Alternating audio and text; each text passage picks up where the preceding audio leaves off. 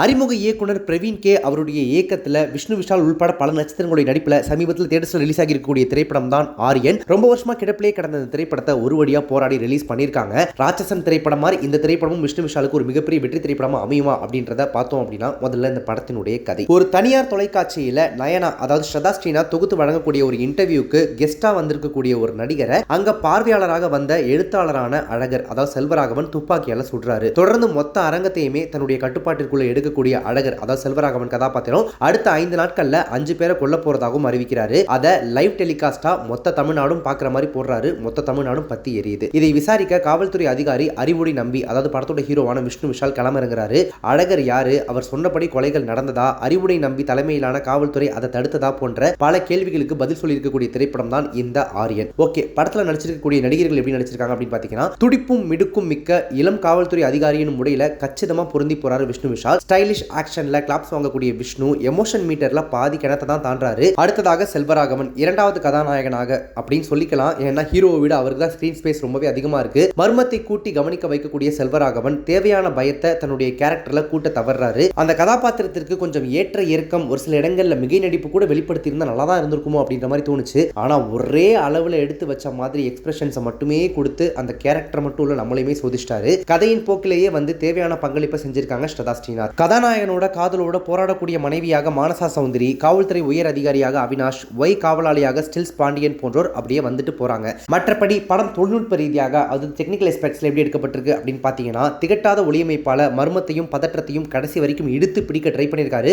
படத்தினுடைய ஒளிப்பதிவாளரான ஹரிஷ் கண்ணன். முக்கியமா இறுதி காட்சிக்கு முந்தைய அந்த இரவு நேர சண்டை காட்சியை சண்டை பயிற்சியாளர்கள் ஸ்டன்ஸ் சிவா, பிசி ஸ்டன்ஸ் பிரபு கூட்டணியோட சேர்ந்து ரசிக்கிற மாதிரி ஒளிப்பதிவு பண்ணி கொடுத்திருக்காரு. முன்னுக்கு பின்னாக விரியும் முதற்பாதி விசாரணை காட்சிகளை விறுவிறுப்பு குறையாம சுவாரஸ்யமா தொகுத்திருக்காரு படத்தொகுப்பாளர் சான் லோகேஷ். ஜிப்ரானுடைய இசையில அழகியிலே பாடல் இதமா இருக்கு கேட்கறதுக்கு. பரபரப்பு குறையும் தருணங்களை சிறகடித்து பரபரக்க வச்சிருக்கு அவருடைய பின்னணி இசை. ஆனாலும் கிரைம் படங்களுக்கு தேவையான தனித்துவமான இசை இல்லாதது ஏமாற்றமே. ஏன்னா இதே விஷ்ணு விஷாலினுடைய ராட்சசன் திரைப்படத்துக்கு ஜிப்ரானுடைய மியூசிக் எந்த அளவுக்கு ஒரு இம்பாக்ட் கொடுத்தது அப்படின்றது இப்போ வரைக்கும் பலருக்கும் மறக்காமலே இருக்குல்ல.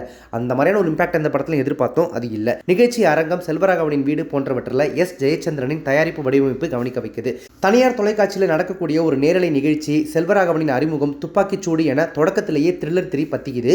விஷ்ணு விஷாலின் வருகைக்கு பிறகு பரபரவென விரியும் தொடக்க கட்ட விசாரணைகளோட செல்வராகவனின் திட்டங்களும் களமிறங்க பிரவீன் கே, மனு ஆனந்த் கூட்டணியின் எழுத்துல விறுவிறுப்போட சுவாரஸ்யமும் கூடுது. அதே நேரம் போலீஸ் குற்றவாளிக்கு இடையிலான டாம் அண்ட் ஜெர்ரி விளையாட்டுல போலீசின் விசாரணை மேம்போக்காகவும் குற்றவாளியின் விளையாட்டு நியாயமான காட்சிகளோடையும் இல்லாம இருக்கிறதுனால பரபரப்பு கொஞ்சம் கொஞ்சமா மங்க தொடங்குது. 5 பேர் யார் யாரு, அவங்களுடைய பின்னணி போன்ற கேள்விகளை விளக்கும் காட்சிகள் தேவையான நிதானமே இல்லாம ஓடுறதுனால எமோஷனலான அந்த கதாபாத்திரங்களோட நம்மளால ஒன்ற முடியாம போயிடுது. இரண்டாவது பாதியும் இதே மீட்டர்ல விசாரணை, துரத்தல் என ஏற்ற இறக்கமின்றி ஒரே சீர்ல ஓடிட்டே இருக்கு திரைக்கதை. காவல்துறையின் விசாரணை தோத்துக்கிட்டே இருக்கிறதும், குற்றவாளி அதீத நம்ப முடியாத சாகசங்களை நிகழ்த்திக்கிட்டே இருக்கிறதும் ஒரு கட்டத்துக்கு மேல அலுப்பை ஏற்படுத்தி அயற்சியை கொடுத்துருது. அங்கங்க தலை காட்டக்கூடிய ட்விஸ்ட், திக் காட்சிகள், இறுதி காட்சிக்கான எதிர்பார்ப்பு, எழுத்தாளரான செல்வராகவனின் எழுதப்படாத நாவல் அதை கதையோடு இணைத்த விதம் போன்ற சுவாரஸ்யமான சில விஷயங்களும் படத்துல அங்கங்க இருக்கதான் செய்து அது நம்மளுடைய அலுப்பை ஓரளவு போக்க உதவியும் பண்ணியிருக்கு. இறுதி காட்சியில விளக்கப்படக்கூடிய குற்றவாளியின் மறுபக்கமும் கொலைக்கான காரணங்களும் அவரின் வாக்கு மூலமும் குபீர் ரகத்துல இருக்கிறது படத்துல மிகப்பெரிய மைனஸ். ஏன் அது குபீர் ரகம் அப்படின்னு சொல்றேன், நீங்க படத்தை பார்க்கும்போது உங்களுக்கே புரியும். பொதுமக்களை குற்றவாளி கூண்டில் ஏத்திட்டு கொலையாளி பேசும் சமூக கருத்து, கொலைக்கான காரணத்தை நியாயப்படுத்தும் தத்துவார்த்த உரையாடல்கள் போன்றவை லாஜிக் இல்லாம பாக்குறவங்களுக்கு சிரிப்பை மட்டுமே தான் வரவழைக்குது. மொத்தத்துல இந்த ஆரியன் திரைப்படம் எப்படி இருக்கு அப்படின்னு கேட்டீங்கன்னா, மையச்சரடு அப்படின்னு சொல்லுவாங்க. அதாவது கொலைக்கான காரணம் சரியா பிடிக்காம போனது, தெளிவாக போடப்பட்ட முடிச்சுகளை அதே தெளிவோடு அவிழ்க்காம போனது போன்ற காரணங்களால இந்த ஆரியன் நம்ம எதிர்பார்த்ததை தாண்டி ஏமாற்றத்தை மட்டுமே தான் கொடுக்குது. இந்த படத்தை தியேட்டர்ல போயிட்டு பார்க்கலாமா, அந்த அளவுக்கு இந்த திரைப்படம் ஒர்த்தா அப்படின்னு கேட்டீங்கன்னா, விஷ்ணு விஷாலினுடைய ராட்சசன் படம்லாம் மனசுல வச்சுட்டு தயவு செஞ்சு போயிடாதீங்க. அதுல ஒரு பாதி கிணறு கூட அவங்க தாண்டல அப்படின்றதான் உண்மை. மற்றபடி ஒரு டீசென்டான இன்வெஸ்டிகேஷன் த்ரில்லர் பார்க்கணும் அப்படின்னு நினைச்சீங்கன்னா ஒரு ஒன் டைம் அப்படி பொழுது போனா தியேட்டர்ல போயிட்டு உங்கள்கிட்ட மணியும் டைமும் இருந்துச்சுன்னா உட்காந்து பார்த்துட்டு வர மாதிரியான திரைப்படம் தான் இது. ரொம்ப மோசம் அப்படின்லாம் சொல்லிட முடியாது. At the same time well super அப்படின்னு நம்மளால சொல்லிட முடியாது. ஒரு பிலோ ஆவரேஜான வாட்ச் அப்படின்னு நம்ம சொல்லலாம். மற்றபடி குடும்பத்தோட போய் பார்க்கக்கூடிய திரைப்படமா அப்படின்னு கேட்டீங்கன்னா, குழந்தைங்களை கூட்டு போறத இந்த மாதிரி படங்களுக்கு அவாய்ட் பண்றது நல்லது அப்படின்றது என்னுடைய பர்சனல் சஜஷன். நீங்க இந்த ஆரியன் திரைப்படத்தை பார்த்துட்டீங்க அப்படின்னா, படத்தை பத்தின உங்களுக்கு கருத்துக்கள் என்ன, ரிவ்யூ அப்படின்ற கமெண்ட்ஸ் மென்ஷன் பண்ணுங்க. இப்போ இந்த ரிவ்யூ உங்களுக்கு ரொம்ப பிடிச்சிருந்துச்சு அப்படின்னா லைக் பண்ணுங்க, ஷேர் பண்ணுங்க. நம்ம சேனல் இது வரைக்கும் சப்ஸ்கிரைப் பண்ணாதவங்க யாராவது வீடியோ பார்த்துட்டீங்க அப்படின்னா மறக்காம உடனே இப்பவே நம்ம சேனலுக்கு சப்ஸ்கிரைப் பண்ணிட்டு பக்கத்துல நோட்டிஃபிகேஷன் பெல் பட்டனை மறக்காம டிங் நினைத்துருங்க.